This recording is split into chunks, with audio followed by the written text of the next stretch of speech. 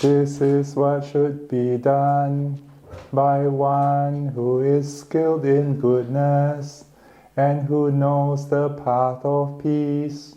Let them be able and upright, straightforward and gentle in speech, humble and not conceited, contented and easily satisfied, unburdened with duties, and frugal in their ways, peaceful and calm, and wise and skillful, not proud and demanding in nature. Let them not do the slightest thing that the wise would later reprove, wishing in gladness and in safety. May all beings be happy, whatever living beings there may be, whether they are weak or strong, omitting none, the great or the mighty, medium, short or small, the seen and the unseen, those living near and far away, those born and to be born. May all beings be happy. Let none deceive another, or despise any being in any state. Let none through anger or ill will wish harm upon another, even as a mother protects with her life her child, her only child. So with a boundless heart should one cherish all living beings, radiating kindness over the entire world, spreading upwards to the skies and downwards to the depths, outward and unbounded, freed from hatred and ill will, whether standing or walking, seated or lying down, freed from drowsiness. One should sustain this recollection. This is said to be the sublime abiding. By not holding to false views, the pure-hearted one, having clarity of vision, being freed from all sense desires, is not born again into this world. Sadhu, sadhu, sadhu. I'm going to contradict Gloria right up start. I welcome questions at any time, comments at any time. So as you find inspiration to speak, please speak. Anyways, yes, so happy belated Merry Christmas and Happy New Year coming up. I was going to talk about two things that happened in this last week that kind of intrigued me. Maybe 3 days ago, we got a phone call from a young man who called up the monastery to basically ask for advice. He's 19 years old and he suffers from serious anxieties, the kind of anxiety that's debilitating. So he has trouble getting out of the house, and there are days when he would force himself. He appears to be a very intelligent young man, as in he knows what's going on. He's trying to do the right thing. He pushes himself to go to the gym, pushes himself to be useful, I guess. But at the same time, he says he suffers this serious anxieties to the point we invited him, why don't you come to the monastery, hang out, chill for a bit? And he says, can't do that, too difficult. The anxiety, the panic that he feels is too overwhelming.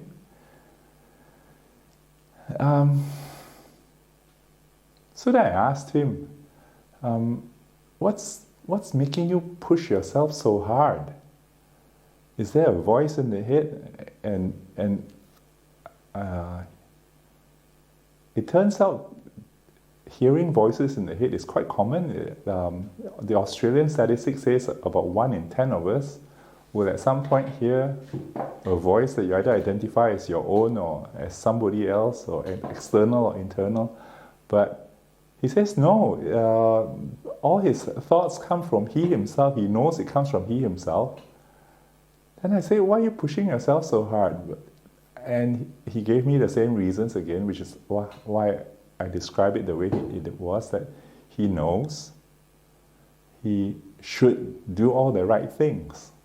And therefore, he pushes himself to get out of bed, he pushes himself to go to the gym, he pushes himself to get a job and stuff like that. And I still struggled a bit because, as you know, us in Bodhinyana listening to Ajahn Brahm, kindness is central to everything Ajahn Brahm teaches. And kindness is the way that Ajahn Brahm teaches meditation. How we speak to ourselves, how we set the mood, the interpersonal relationship, or as Ajahn puts it, what is in between you and the object. The in-between is not the object, it's not you, but the feeling, the relationship, the mood. Whether you are kind to the object, whether you are angry with the object, and that, in all of Ajahn's teachings, that's central. If you want to have a good meditation, you can't be a taskmaster and push yourself to it. You have to gently ease yourself into it and enjoy it, basically. It's like you have to have a good relationship with yourself. Then you can settle down and be at ease and be comfortable. So I was trying to convey this to this young man, and I'm not sure how far I succeeded. He did sound like he was settling down a bit by the time we ended the conversation, so that was good. Then, okay, so that was that. Then on Friday evening last week, I went to Karnat prison, and there were 16 of us around the room, and I related this whole same story again. And I said, and guys in Karnat, they're actually very nice guys, but when I spoke to them earlier, I said, well, yeah, you know, Christmas tends to be a difficult time for some people. Those who have happy families, sure, they have a jolly good time. But those who have difficulties with their family members, Christmas becomes an especially difficult time. So when I asked them, I said, well, you know, we're organizing this little chit-chat yarn thing with some of our supporters in the monastery because we think they might be a bit lonely during this season. And the guys in prison pointed out, we know we are the guys who have difficulty with family. They're the ones who are left out of Christmas. But the ones who turn out for the meditation class, they are generally very introspective, so they know what's going on in themselves. So anyway, as I related this story about the 19-year-old who's so anxious to the point that he's finding difficulty to be functional as we know it in the normal world. One other young man said, obviously they also have problems with the perception of self-worth, being in prison wearing green and stuck there without Christmas, without family. And he says, isn't it very difficult that you to speak positively and kindly to yourself? Don't you need a lot of training? I sat there and thought for a while. Do we need training to speak kindly to ourselves? And then a thought occurred. The training is not so much how we speak, but I think the training that needs to be done is how we perceive ourselves. In that, if you perceive somebody as useless and evil and bad, of course you would speak to the person in a tone suitable for that, reflecting that. If you think this person is dear and near to you, then you would of course use words which are more endearing. Occasionally we have bad habits. We learn to use rough words because that's how we are conditioned, that's how we are brought up, that's the culture we are brought up in. But still, even if you did use crude and rough words, if your relationship with that person was one of endearment, then the endearment comes true even if the words were not the finest. So, I was trying to explain to him then that the idea of perceiving people as worthy of your kindness. If you think this person, for example, if you were a school teacher and you see a naughty child, and you could understand that this naughty child is naughty because there's some difficulties at home, then you would try and give this child a second chance, soothe him, support him through the day, and try, to give him a reprieve while he's at school, and to give him a conducive environment while he's there at school. So, just by having that perception, understanding this child has difficulties, then the way that you speak to this child would be different from if you had perceived this child to be vindictive, stubborn, and if you had those kind of perception on the child, then your words come out different. You would punish the child, you would have nothing to do with the child, and the child will not be favored in being selected for games, selected for whatever participation in drama or whatever. So this idea of perceiving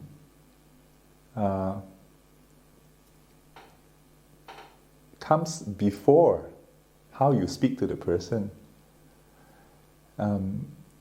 And interestingly, the Buddha, in all the suttas, right, quite often when you read the suttas, it comes across very intellectual. It tells you about the dependent origination, what causes what, and what cease, and what else will cease.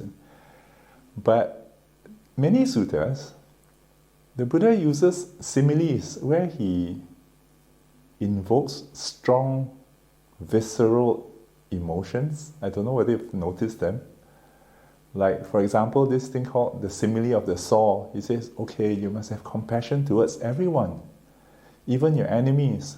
So, what kind of enemies are you talking about? He says, if you had enemies that stretch your arms out left and right, and they use a saw to saw your arm, even so, you should have compassion towards your enemies. It's like it makes you imagine what it feels like to have a saw going through your arm, and then another time the Buddha would describe, he says, there are these superhuman abilities that you will get as you go really deep in meditation. It comes naturally. But he says, don't go and show it off. If you go showing off your superhuman qualities for the sake of impressing people, the way he describes it, he says, it's as if it's some two-bit prostitute shows off her private bits just for a couple of dollars. It's like, and that's how he paints the level of disgust he has towards showing off superhuman abilities. He uses really strong imagery to convey these things. And on the positive side, just as we have chanted earlier, he also uses imagery of a mother and her only child, and says, if you did have one child and this was your only child, how far would you go to protect this child?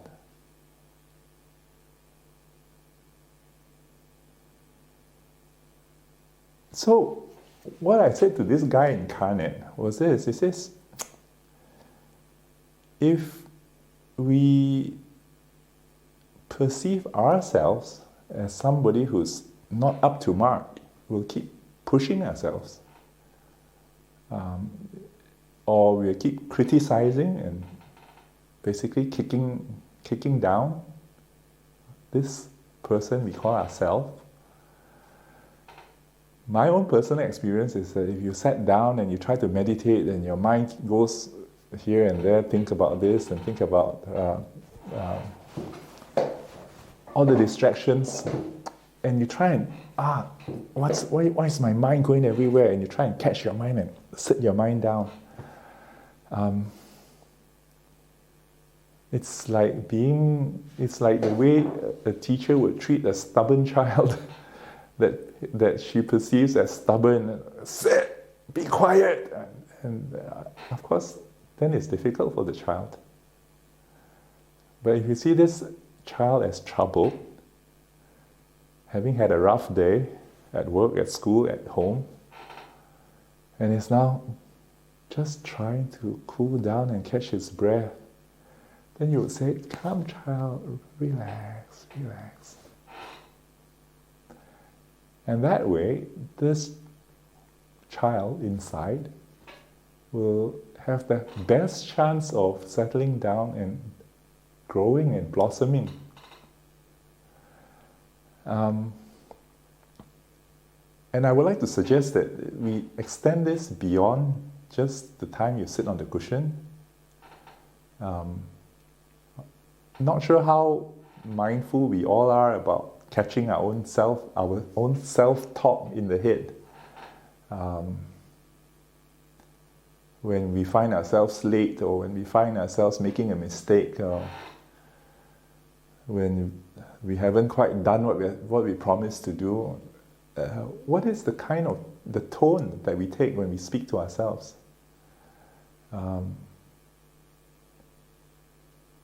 And it's just like that insecure schoolboy or schoolgirl.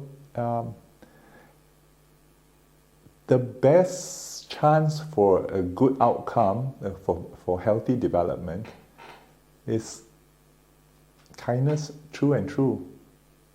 And that's something that Ajahn Brahm seems to have understood long ago. And that's the only approach he has for all the monks and nuns that have ordained under him. Kindness true and true. So that's my suggestion for all of you, whether in meditation or other times when you're ruminating. Quite often I can understand many of us who are meditators tend to be introverts who spend a lot of time at home and spending a lot of time between our ears. And the question is always, not always, but what is the tone of voice that we use when we are with ourselves? Whether it's an angry tone or whether it's a soothing tone or whether it's... And that is based on how we view ourselves, perceive ourselves, whether we are worthy, whether we are the the US Marine who needs to be drilled and pushed, or whether we are the fragile child who has difficulties and who needs to be soothed and calmed. If you're healthy enough, of course, you can be the joker and have healthy conversations with yourself. Anyways, so that's my spiel for the evening. Any comments, any feedback? Anybody want to say anything? Okay. So anyways, we are early, and I'm not sure how strictly do we need to keep to time before we can start meditating. We can start now? Good, okay. Sorry, Venerable. Hi. Can I say something? Sure. Before? So, that was very nice. Thank you for your talk. It definitely hit home because I struggle with self-worth like so many others. Yeah. And something that you reminded me so strongly. So I was hearing this Dhamma talk by another Ajahn. Yeah. And he was citing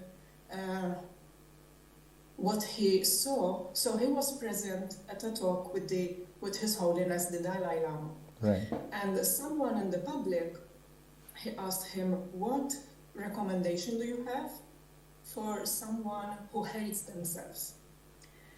And apparently, the Dalai Lama's interpreter,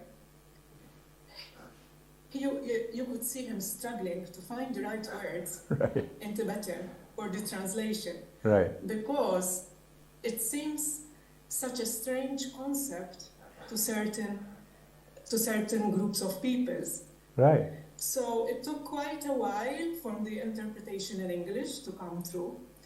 And apparently the Dalai Lama seemed baffled because he was quite new to this concept of self-hate. Like, it just he couldn't wrap his mind around it.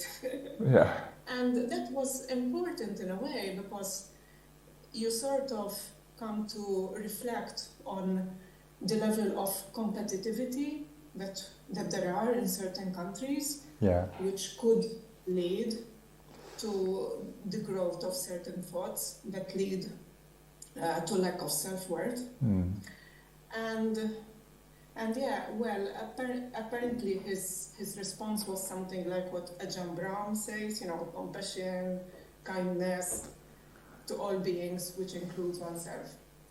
So, I just wanted to highlight what you mentioned, and that it's very, very important. Sometimes we forget that there is a relationship even with what we do.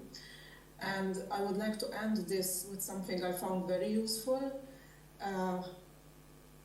So one of my yoga teachers for our last session, he was saying out affirmations during the sequence. Things like, I am worthy, I deserve to be loved, even if some people reject me, so on and so forth.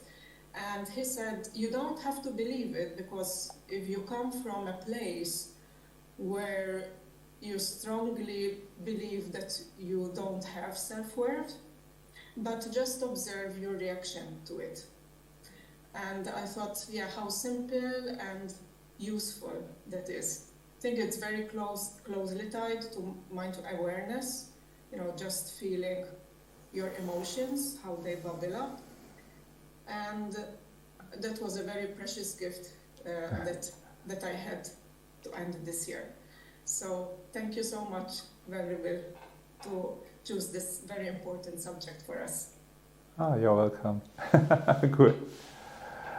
All right. Okay. Very good. Yes. So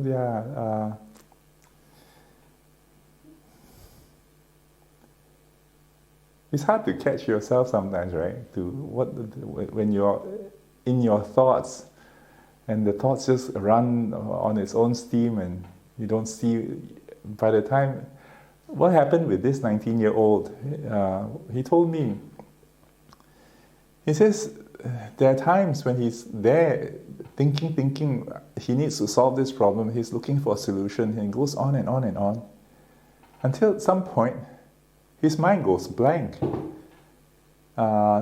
thinking, am I meditating? But then he says, no, it's not meditating. He's just run out of steam. He's run out of mental juice to do anything more, so he's just sitting there stuck. So what I suggested to him was to recognize your negative thoughts. There are some healthy thought patterns and obviously some unhealthy thought patterns. Thought patterns that are unbeneficial. If you can recognize them and tag them, this is an unbeneficial sequence of thought or thought habit. And if you recognize that if you continue with that thought habit, it goes to a dark place, it goes to a negative, tiring place, it goes to an unpleasant place. If you can associate the darkness and the unpleasantness with what caused it, the negative thoughts, and you could develop a visceral revulsion towards it, and say, stop, you are hurting this little child of mine that's in here, stop. And you make it as if it's your mission to protect this child, then perhaps you become more sensitized to those negative thought patterns. It's just like the mother protecting her child, her only child. When you recognize harm is coming towards the child, stop. This is my child. Then perhaps we will more quickly catch the negative thoughts and turn away from it with disgust. So that was sort of like my response to the young man in the prison. You don't actually need training to learn how to speak nicely to yourself. You just need to catch the start of the negative thoughts by developing this revulsion towards it, this negative relation towards. Then when it comes up, you recognize it straight away because it smells bad, it looks bad, and your mind quickly turns away from it. So that's using some of the wisdom of the Buddha to basically to use your reptilian brain to quickly stop something that is revolting. Okay? Alright, anyways, it's 7:30. So what we will do now, we'll do that meditation. And first, as we start, I'd like to suggest you recognize this child inside. Recognize this old body.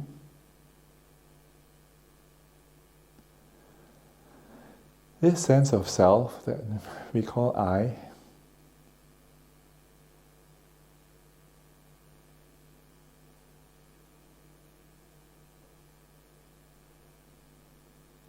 Feel all the sensations that's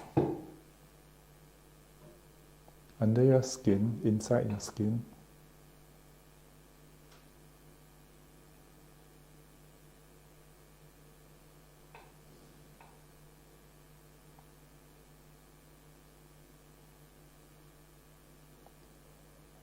And have this perception that this being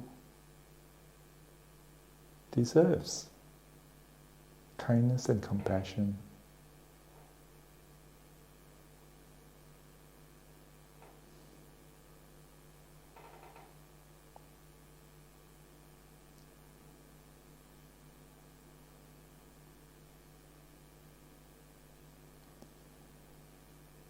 To recognize that despite all the faults and aches and pains or whatever, that I will protect this body and this child inside.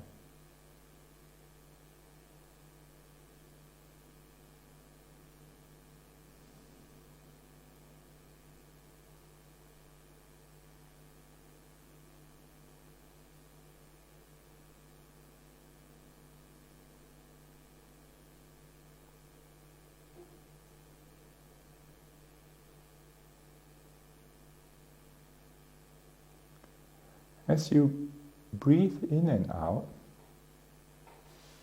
one trick I like to recommend is to use your breath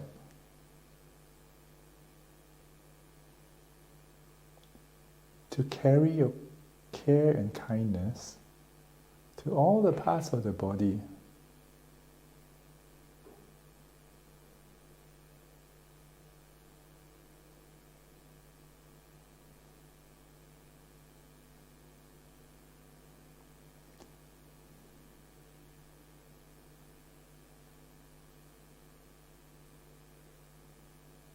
It's as if with the breath, through the breath, you touch base with each and little different bits of the body as the sensations move through.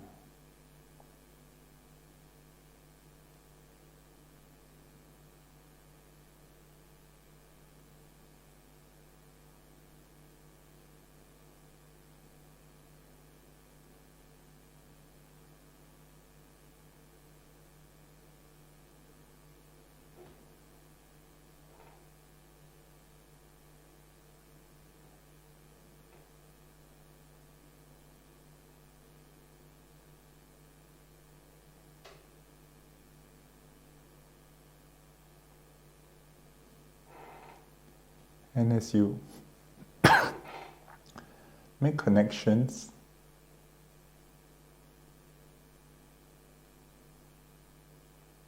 you make a warm welcome, a warm connection,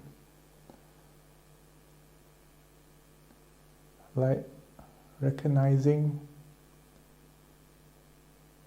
kin, recognizing family, with all these parts.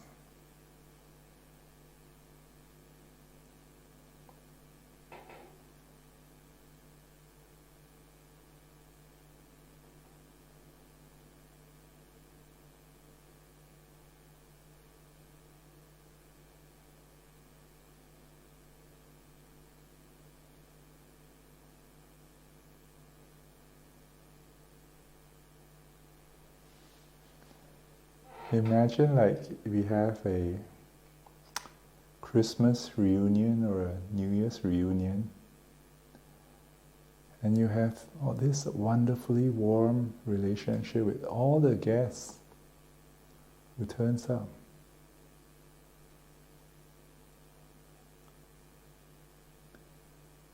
As you can feel your feet, for example, welcome, long time no see. And you give your feet a big mental hug.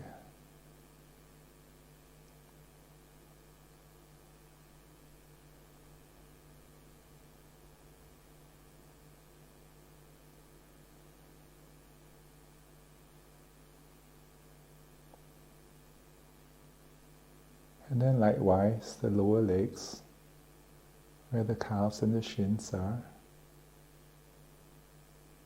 as they come through the door.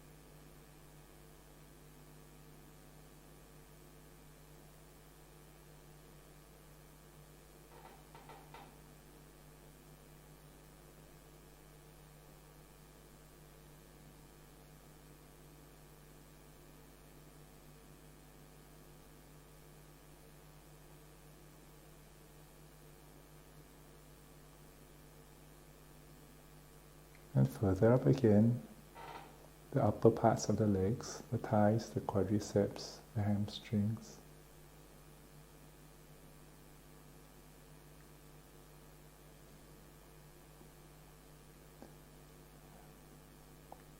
Welcoming them to a party. Give them a big hug, nice squeeze.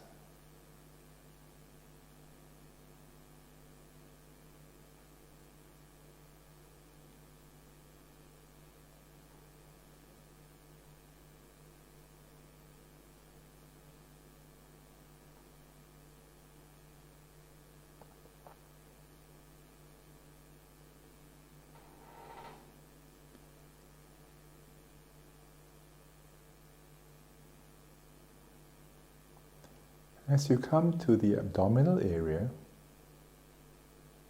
this one requires a little bit of a special treatment.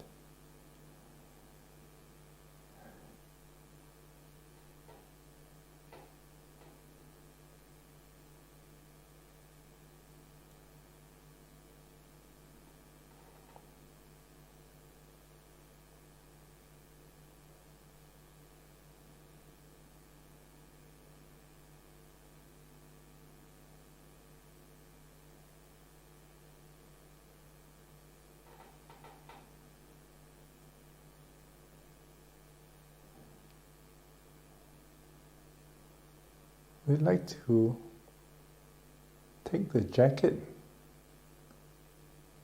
of this particular guest so that there's less burden on the shoulders, no tightness around the chest or the abdominal area, allowing the body to loosen up.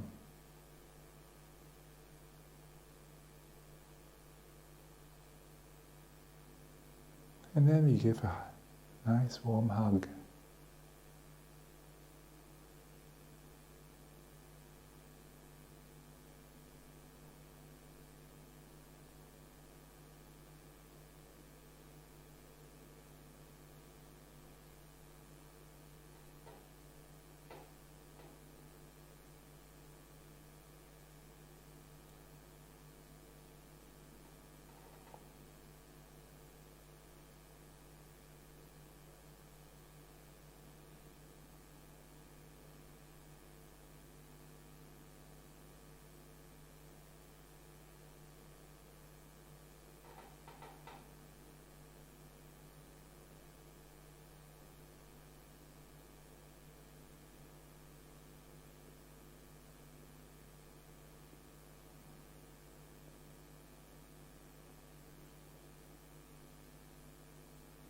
And these hugs are really relaxing. To know that you have come into friendly company. To know you have come to a safe place. And you can let your guard down.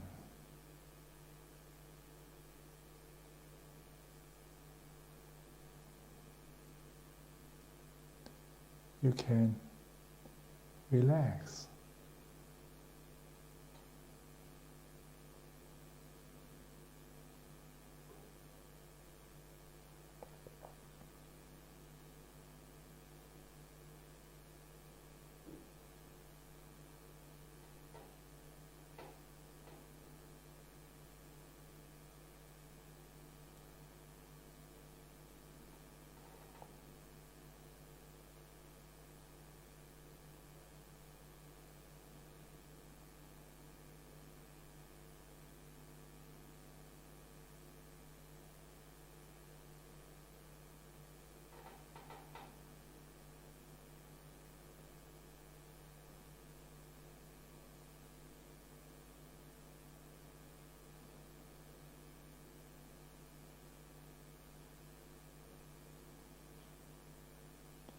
You might notice your breath becoming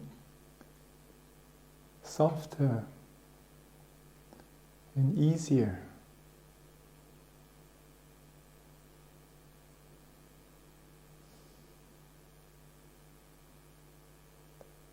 Even more pleasant.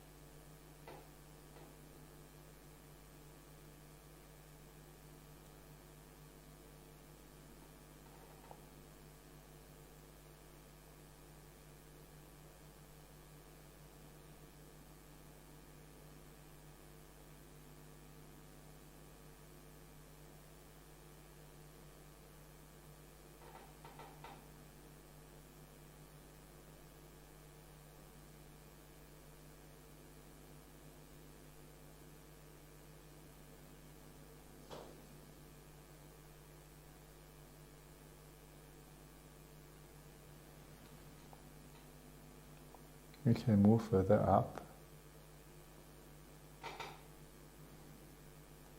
to catch up with our shoulders, to relax them, to welcome them. The neck area,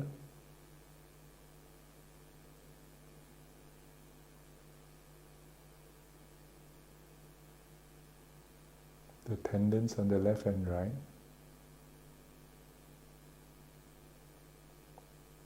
and the tightness that we sometimes hold at the base of the skull, at the back of the neck.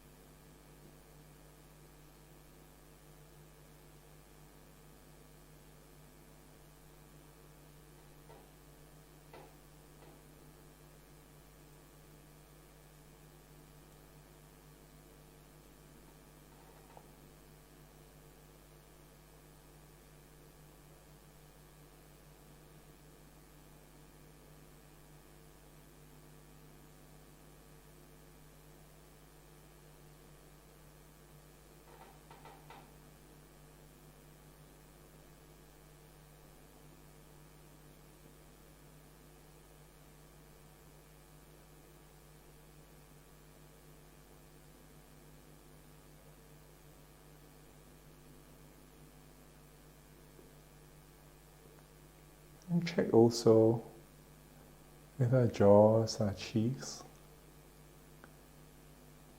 Welcome them as family into this big harmonious group.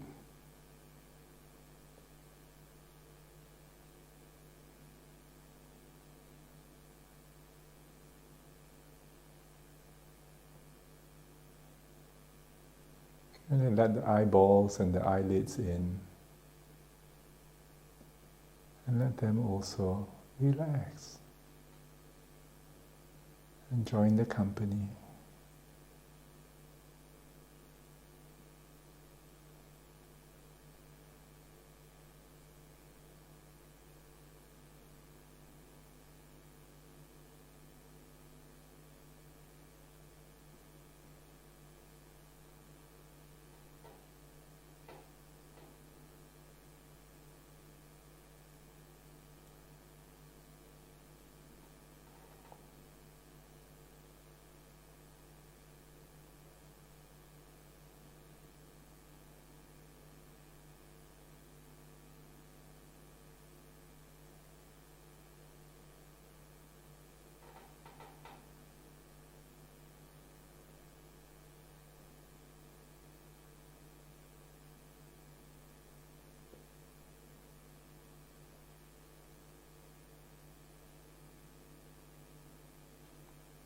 Then there's the bits at the forehead. When things get rough, sometimes we hold a frown. But amongst family, we can smile. Let go of that frown.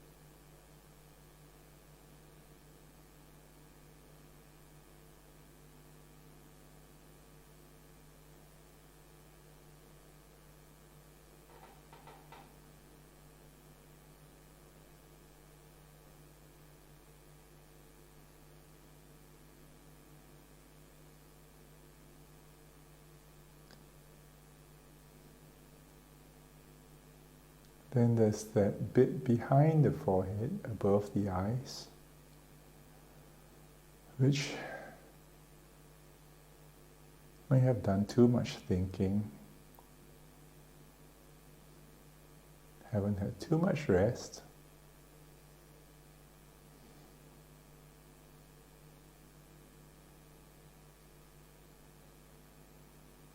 Not easy to feel, but as we suggested earlier, you can use your breath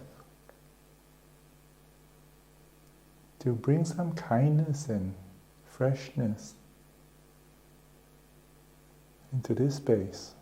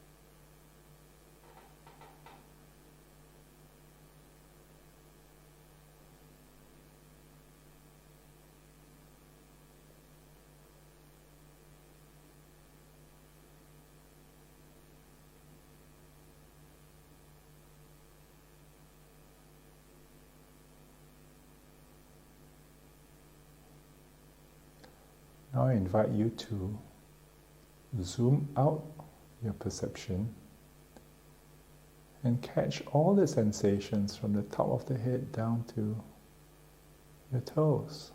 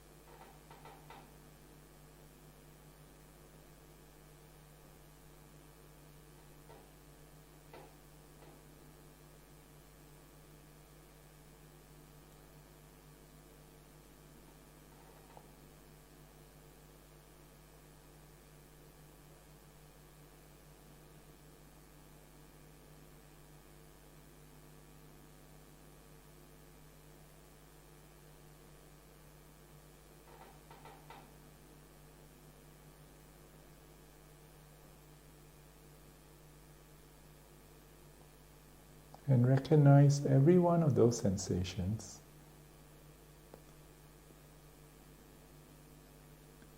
as family, near and dear and precious.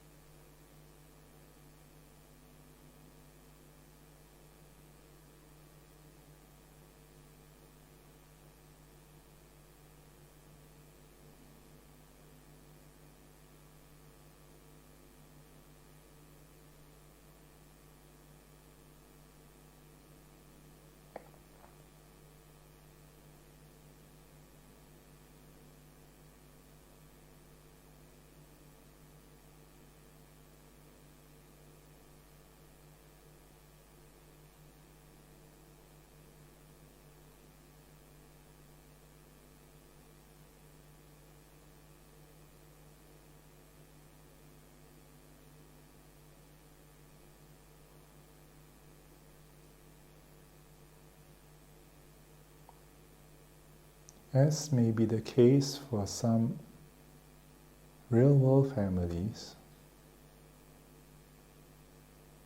sometimes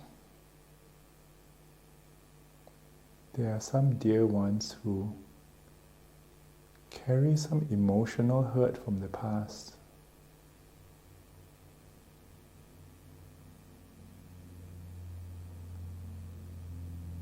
And we want to provide care and support to these dear ones.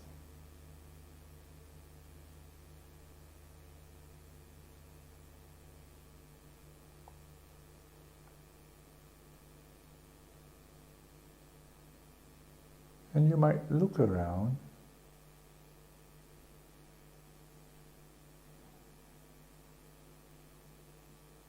inside here.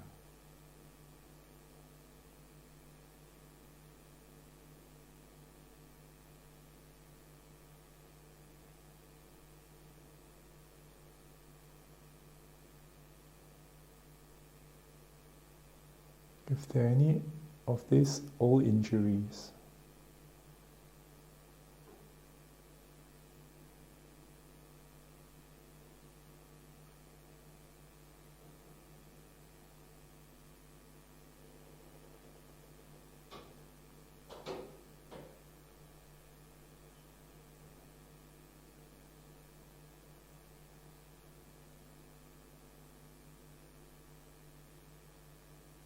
wherever you spot them,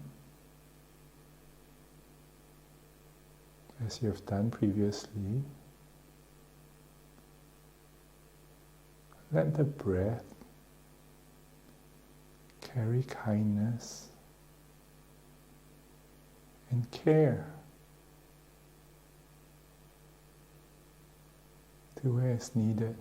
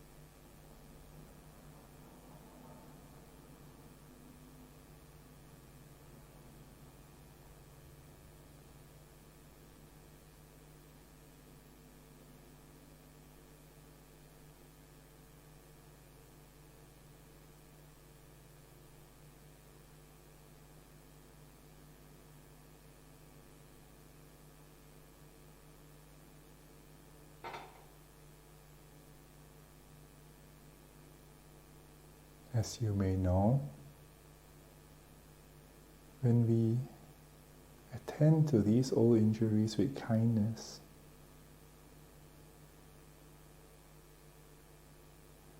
we're actually building up resilience.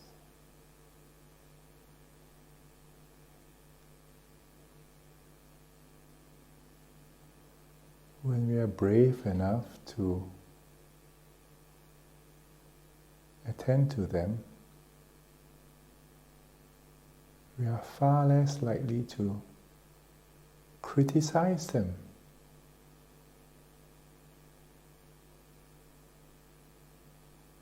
And for that, we will have a chance to grow.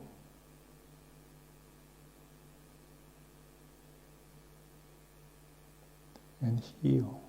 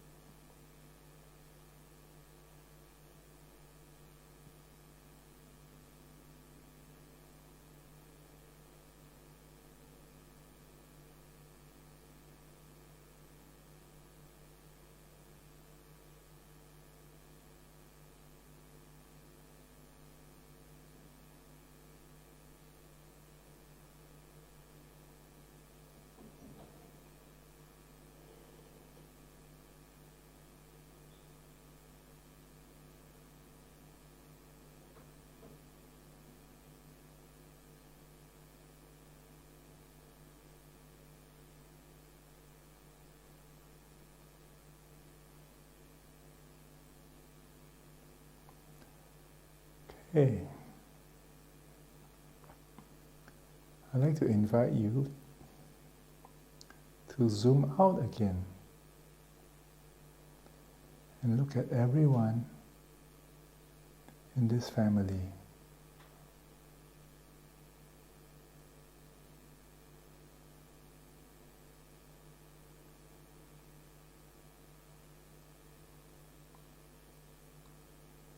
When you can see everyone,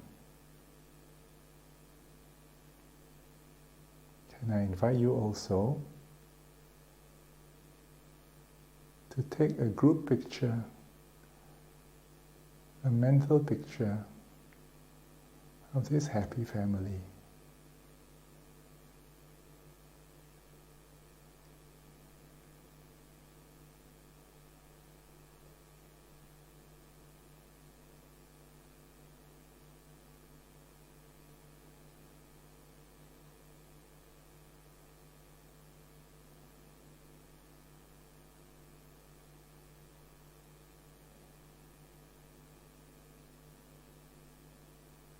Whenever next you encounter troubles, when you feel lonely, when you feel criticized, you might all come back here again as a group and check in with each other and do a group huddle.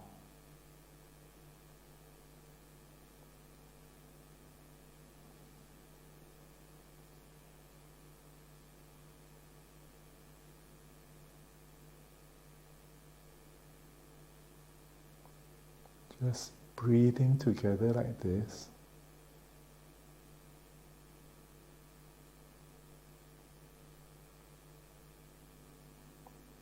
reinforces the feeling of care and kindness.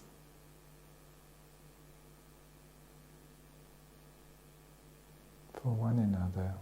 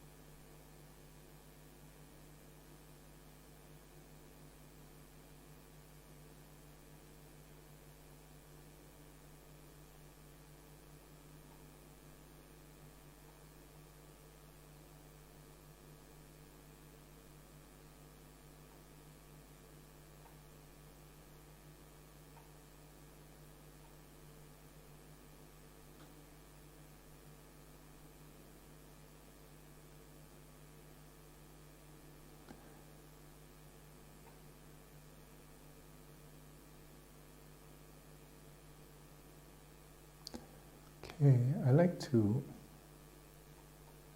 overrun the meditation a little bit because you're in such a nice, soft, kind, gracious mood at the moment. Let's try sharing this goodwill and kindness with some of our real world nearest and dearest people. We might spend the next 3 to 5 minutes recalling to mind, imagining a person whom you haven't had a chance to give a Christmas hug, sitting just arm's length in front of you.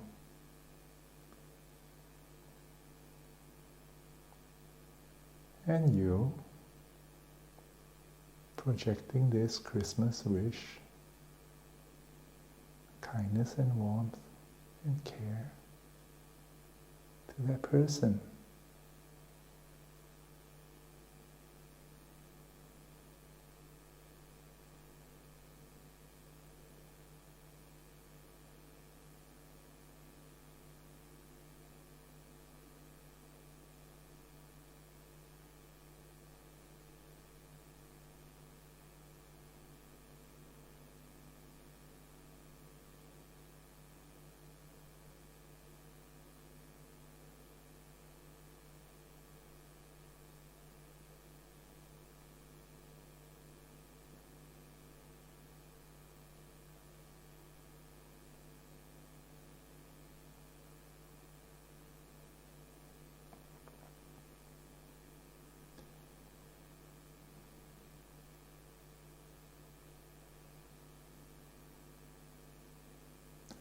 I'll leave it with you to decide if you want to go for depth, go for number in the next 3 minutes. Pick your friends and family as you see fit and share the warmth.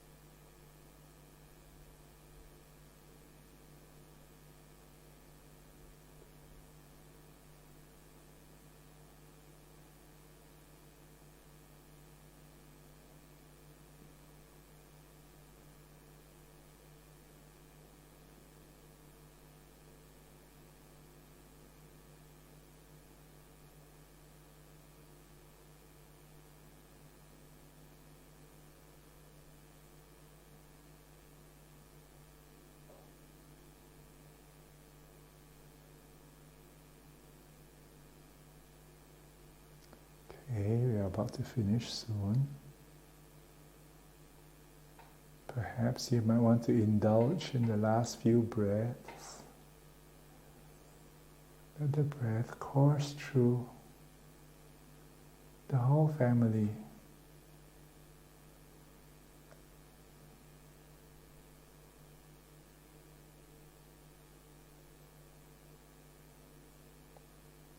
Sharing the warmth, sharing the kindness,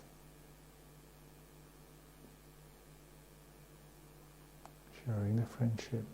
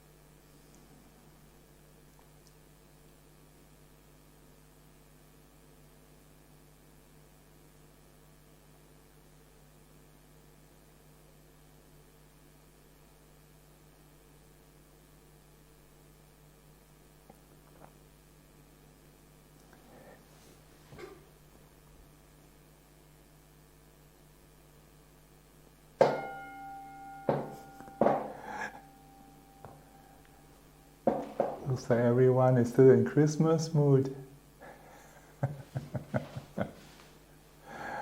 It's very good.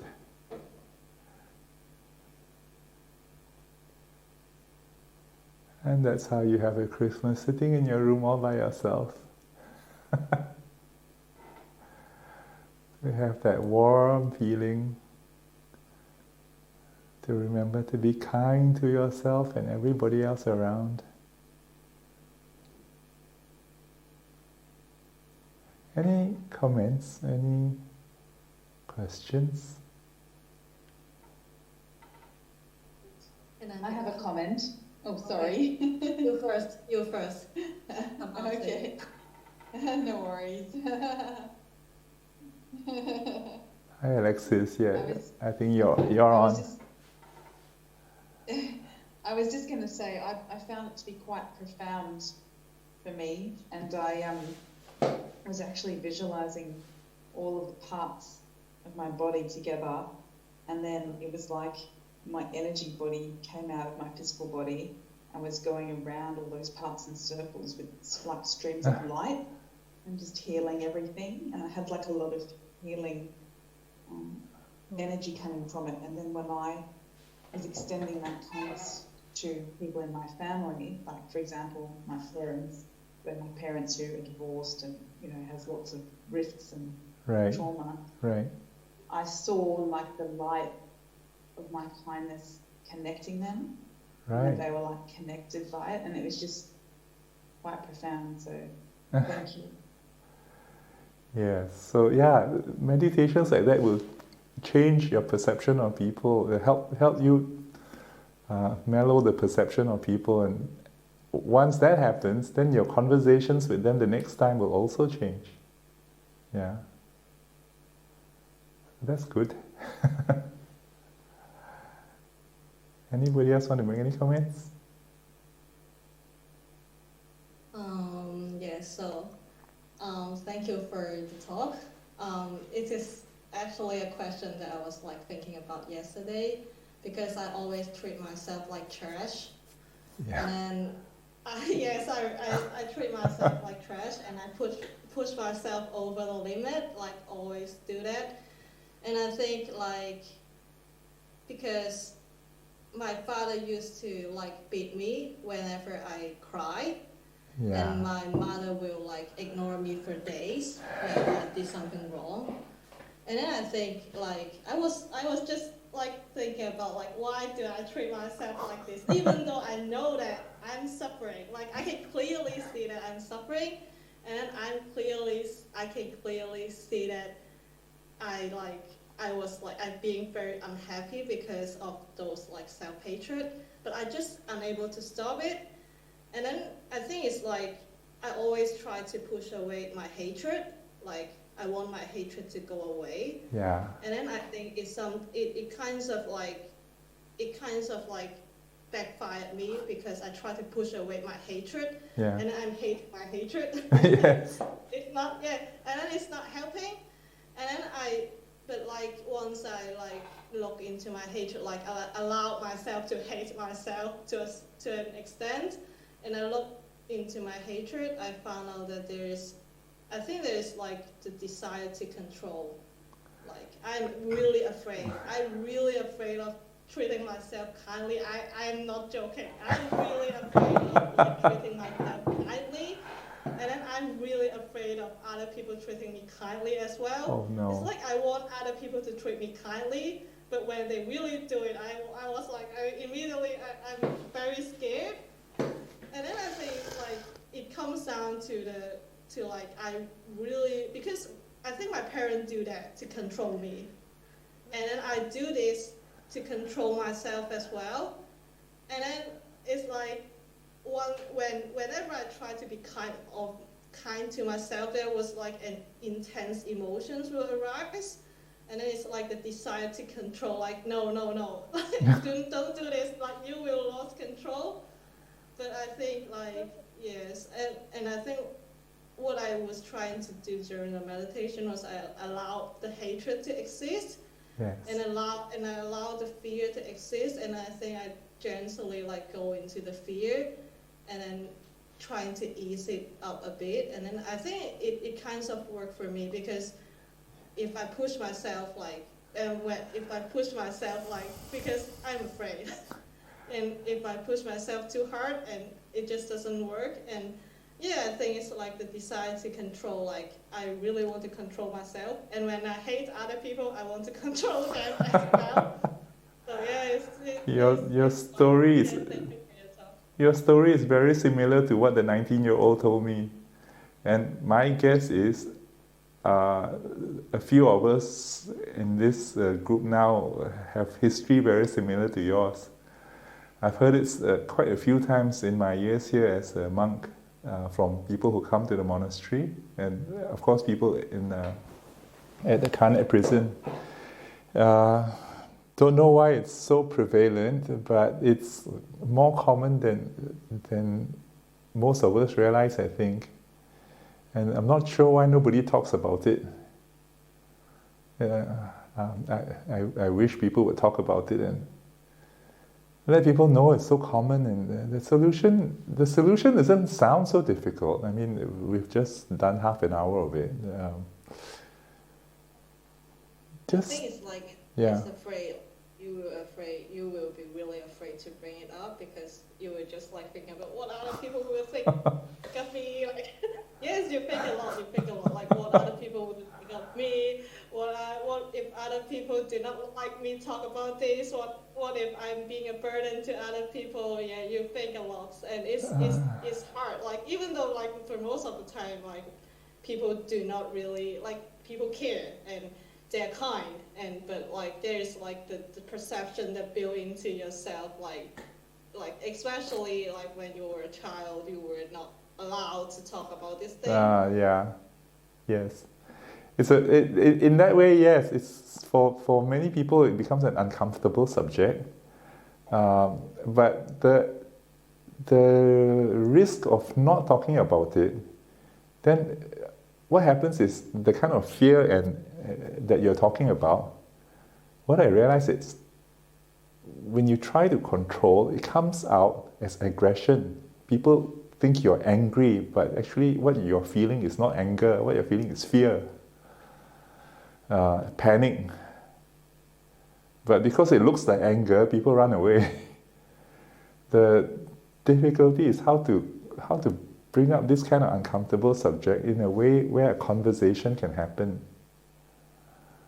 And that's I think starts with this idea of gentleness and kindness, from both parties, I guess. Yeah, then the conversation can happen.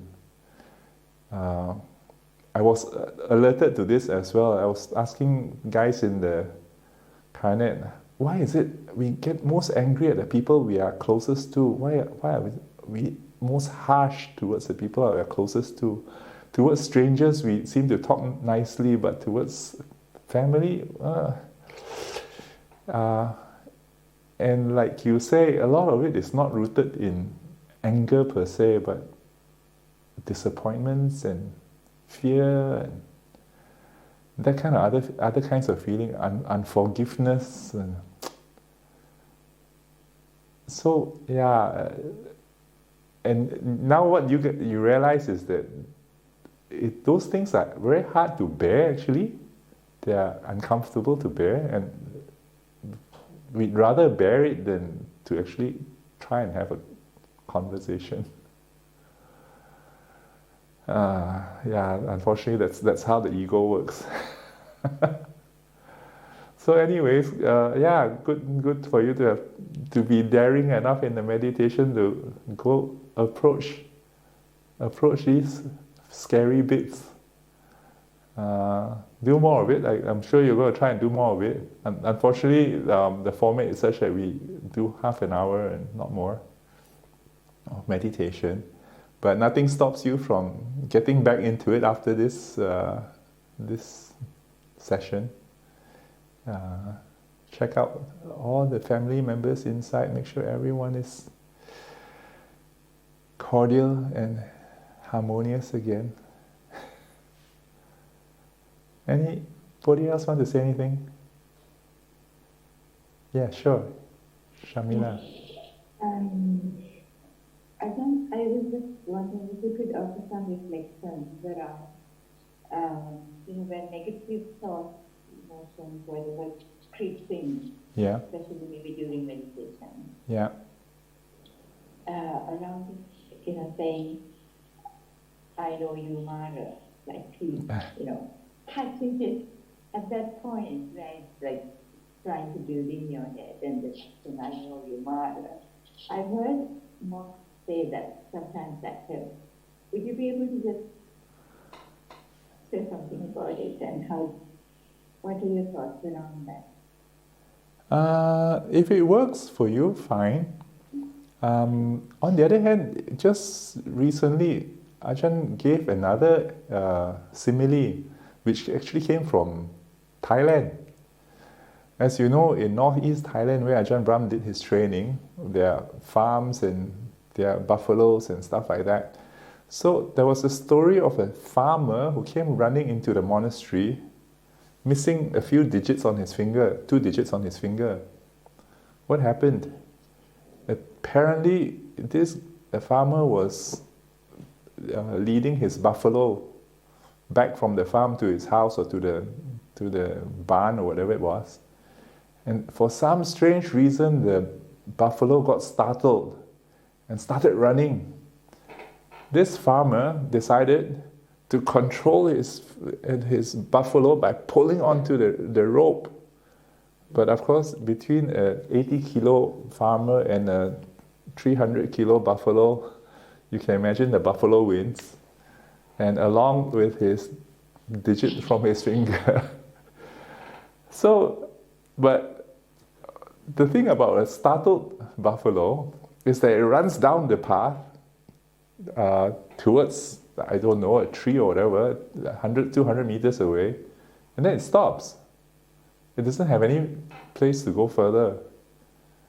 So the lesson from that that Ajahn Chah took was, if your mind at that moment needs to run, you let go the rope and let it run, you can catch up with it 200 meters away.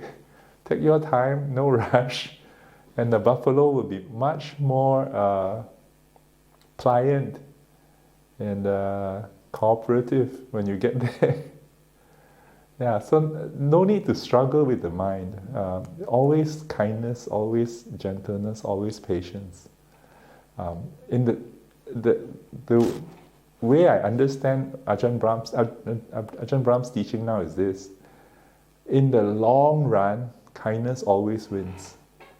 In the short run, you might want to try control, you might want to try aggression, but in the very long run, kindness wins. So if you have thoughts like that, and if you can say, well, I'm disgusted with this thought, and that thought goes away, good.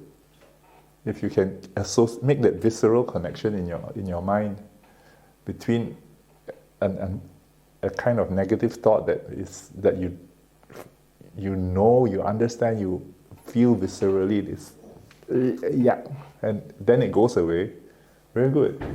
If it doesn't, if you're struggling with it, let it run for a while, and then come back to it. Come back to your breath. The one other suggestion I can give you is to do what we just did, which was to give the mind something more interesting to chew on. What do I mean by that? If your breath is just bland and tasteless, then of course the mind looks for something more delicious. But if your breath is coated with kindness, coated with compassion, and it's carrying that kindness and compassion to the rest of your family inside, of course the mind wants to keep on doing that. You've just experienced it. Yeah. So that's the trick to persuade the mind to stick with the breath. Any other comments? Thank you. Yeah. Yeah. Very good. Yeah, so all right. I guess no other comments then. Yeah, so see what you can do to catch, to notice what you think and how you think, the voice that you think with, the mood where you have your thoughts, whether the voice is aggressive and critical, or whether the voice is kind and soft and gentle. And I guess it's again perception. If you see the person you're talking to, yourself, and somebody whom you're friends with, then of course you speak to this person in a nice, friendly tone. If you see this person as an enemy, this person as worthless or stubborn, useless, then your voice carries all those kind of energy. Perception, the way you see yourself, helps a lot, whether in meditation or in just your general sense of well-being. So, yes. Anything else, Bob, that we need to do?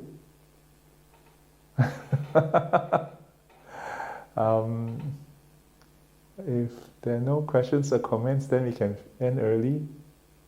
I think. Yes? Kim has a question. Yes. Please unmute yourself. Oh, just a quick comment. I see that you ordained later in life, and it gives me hope to make progress in this lifetime. Yes, of course. It's never too late.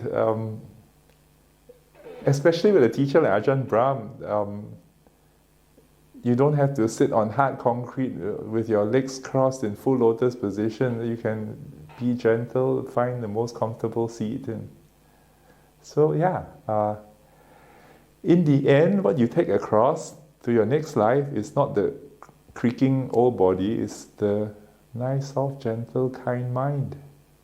And you can develop that at any age, I guess. Yeah? Yeah.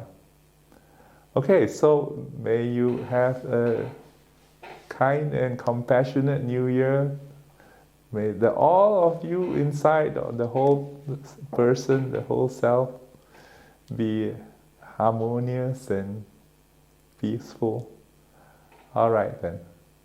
See you next year.